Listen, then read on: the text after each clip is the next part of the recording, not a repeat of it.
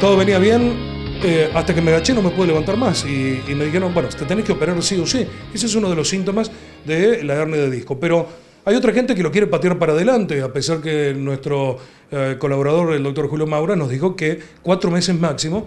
Pero dice, me hacen un bloqueadito, me lleva la agujita, me pone un antiinflamatorio en la zona del dolor y tiro 6 meses más y así sucesivamente. ¿Qué nos podés decir? Los bloqueos radiculares en general son buenos, pero si se acompañan de la buena evolución de esta patología, ¿no? Porque es como vos decís, es un bloqueo radicular en base a corticoides y analgésicos. Esto puede dar resultados si la hernia de disco sola iba a resolverse sin este mecanismo de tratamiento. Ahora, el bloqueo radicular, cuando agota el periodo de la acción medicamentosa local y la patología persiste, el bloqueo radicular no tiene efecto, porque la patología va a volver, el bloqueo se hizo y el paciente inevitablemente va a caer en el mismo proceso en el que estaba antes del bloqueo. Sí, esta tapar el sol con un dedo, o como diría otro amigo, el neurólogo, el doctor José Pollito Lozano, que decía, el problema lo seguís teniendo, lo que pasa es que vos no te enterás, paz y amor, porque se droga esa parte, pero eso puede traer mella en complicar otros discos, el superior o el inferior, al que tenemos problema.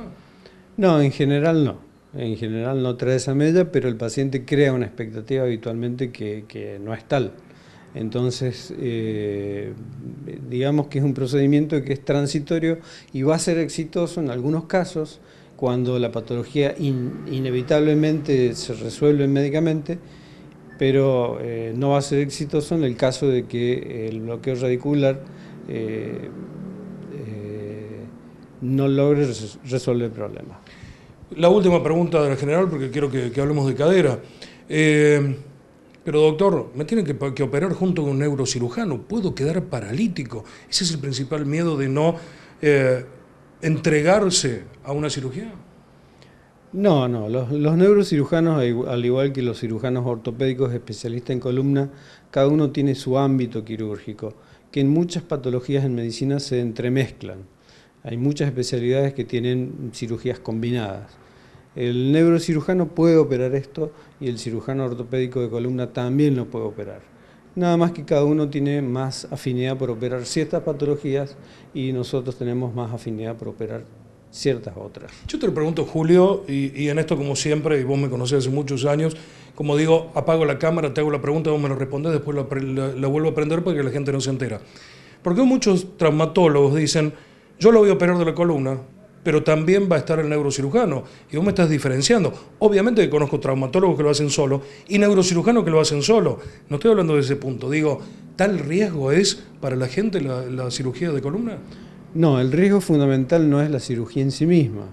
El riesgo fundamental está en el control del paciente, el control respiratorio, el control cardiovascular, porque es una cirugía que se realiza boca abajo con una mecánica respiratoria alterada, con paciente intubado, con anestesia general, y hay que poner énfasis no tanto en el procedimiento, sino en quién asiste el procedimiento. Acá el anestesista, el cardiólogo, son muy importantes para una evaluación pre e intraoperatoria. El procedimiento en unas manos o en las otras, en general si son manos entrenadas y hábiles, va a salir bien, y es de bajo nivel de complicaciones. Una hernia de disco, que es de la patología que estamos hablando, una hernia de disco tiene un tiempo quirúrgico de 1 sola hora, no se pone ningún implante, eso no aumenta los riesgos, sobre todo infecciosos, el paciente se moviliza muy rápidamente, se le puede estar parando entre las 24 y las 48 horas, lo que disminuye los riesgos de trombosis o tromboflebitis, y en general evolucionan muy bien, desapareciendo el dolor, la sintomatología sensitiva primero y la sintomatología motora después. Mientras más tiempo se espere para llegar a la cirugía, más difícil es erradicar la sintomatología motora. Que ya está instalado. Exactamente, está instalada y empieza todo lo que es la atrofia muscular progresiva. Entonces, tampoco es loable esperar hasta el último, con el concepto que habíamos vertido antes, sino esperar solamente el tiempo estadístico preestablecido por todos los artículos que hay escritos sobre esto.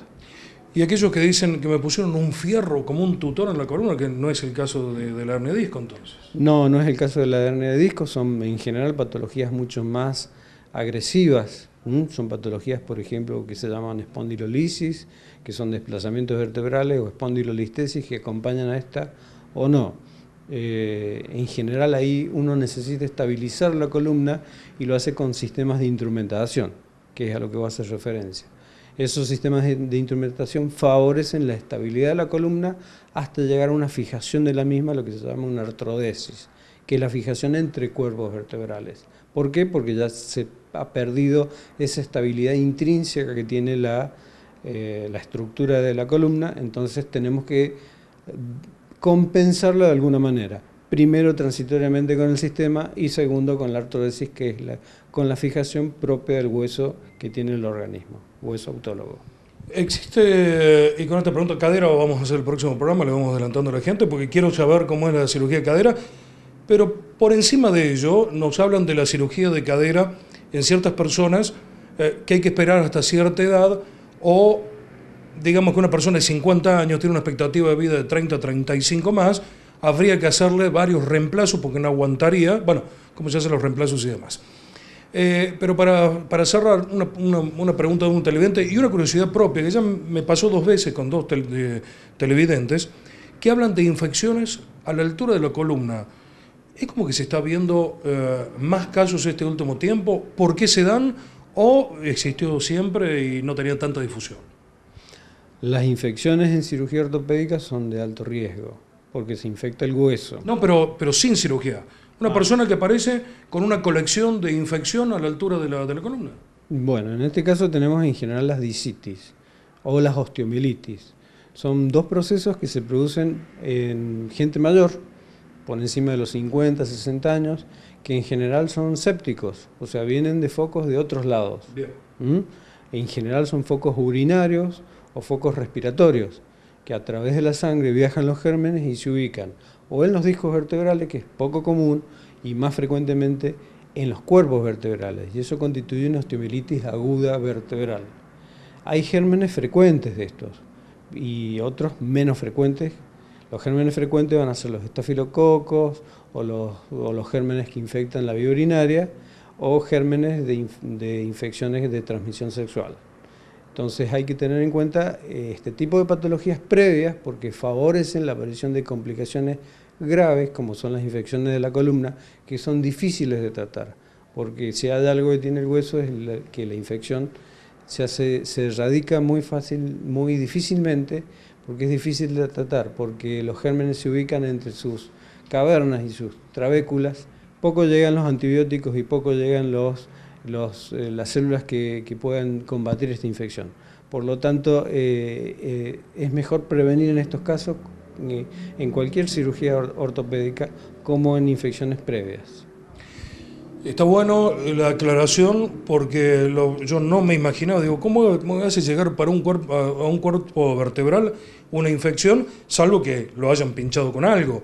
Está buena la diferenciación, porque mucha gente no sabe que puede padecer de un problema pulmonar, un problema urológico y o una enfermedad de transmisión sexual. Es muy interesante lo que nos dijiste. Bueno. Sí. Así que bueno, seguimos la próxima. Seguimos la próxima, gracias. El doctor Julio Mauras aquí habla de traumatología. 60 minutos extra para su salud. La semana que viene vamos a seguir estando aquí, esperándolo para seguir hablando de nuestros problemas.